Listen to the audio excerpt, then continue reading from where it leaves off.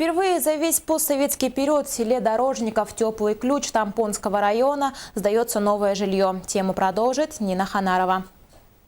В селе Дорожников Теплый Ключ прошло знаковое событие – сдача нового 5-квартирного жилого дома по программе переселения граждан из аварийного и ветхого жилья. Впервые за несколько десятков лет. Заказчиком выступила районная администрация, подрядчиком – индивидуальный предприниматель Александр Свиновоев. Хочется, чтобы в нашем наследии построены были дома еще лучше, и двухквартирные, и трехквартирные.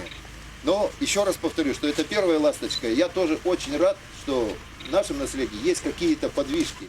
Общая площадь жилья составила 227,6 квадратных метров стоимостью более 9,6 миллиона рублей. Много лет в селе не было строительства жилья. И вот, наконец, новый жилой дом, как первая ласточка, начинает свое летоисчисление. Эта новостройка сделает жизнь 5 семей комфортнее и уютнее. Очень комфортные такие квартиры. Не знаю, мне очень нравится.